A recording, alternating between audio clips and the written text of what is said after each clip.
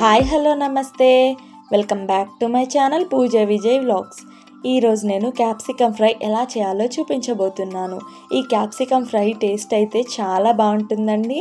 కొంతమందికి క్యాప్సికమ్ తినడానికి ఇష్టపడరు కదా, అలాంటి వాళ్ళకు కూడా ఈ క్యాప్సికమ్ ఫ్రై ఒక్కసారి చేసి పెట్టండి, వాళ్ళు ఇష్టంగా కడుపు నిండా తినేస్తారు.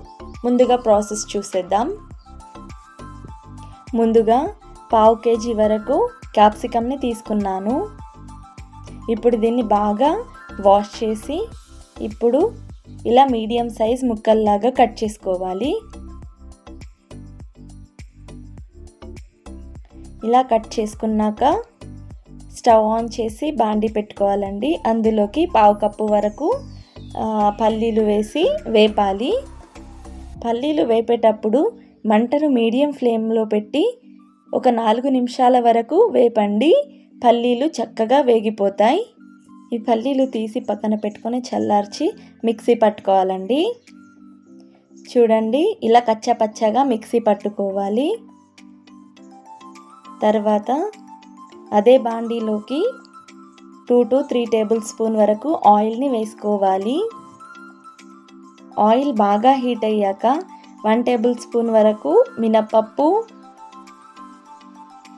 1 టేబుల్ స్పూన్ పచ్చిశనగపప్పు, తర్వాత 1 టేబుల్ స్పూన్ వరకు ఆవాలు వేసి బాగా వేగనివ్వాలి. తర్వాత పచ్చిమిర్చి ఒక 2 తీసుకొని మధ్యలో కట్ చేసుకొని వేసుకోవాలండి. తర్వాత కరివేపాకు కూడా వేసుకోవాలి. తర్వాత 1/2 కప్ వరకు ఆనియన్స్ని ఇలా సన్నగా కట్ చేసుకొని వేసుకోవాలి. ఆనియన్స్ త్వరగా వేగాలంటే కాస్త సాల్ట్ వేసుకొని మిక్స్ చేసుకోవాలండి. 5 మినిట్స్ తర్వాత ముందుగా కట్ చేసి పెట్టుకున్న క్యాప్సికమ్ ముక్కల్ని వేసుకోవాలి. ఇప్పుడు బాగా మిక్స్ చేసుకోవాలండి.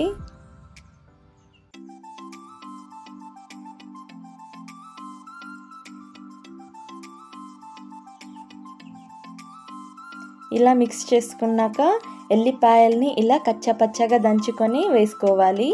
ఇలా వేసుకుంటే టేస్ట్ అనేది ఇంకా బాగా కుదురుతుందండి. ఇప్పుడు ఒకసారి ఇలా మిక్స్ చేసుకున్నాక క్యాప్సికమ్ ముక్కలు మగ్గేంత వరకు ఒక 10 మినిట్స్ వరకు మూత పెట్టేసి సిమ్లో పెట్టేయాలి. 10 మినిట్స్ తర్వాత చూడండి, క్యాప్సికమ్ ముక్కలు బాగా వేగిపోయాయండి. ఒకసారి ఇలా బాగా మిక్స్ చేసుకోవాలి. తర్వాత చిటికెడు పసుపుని వేసుకోవాలి. 1.5 టేబుల్ స్పూన్ కారం వేసుకోవాలి. రుచికి సరిపడా సాల్ట్ని వేసుకోవాలండి. తర్వాత ముందుగా పొడి చేసి పెట్టుకున్నాం కదండి, ఇప్పుడు ఆ పొడిని వేసేసుకోవాలి. ఇప్పుడు ఒకసారి బాగా మిక్స్ చేసుకోవాలి.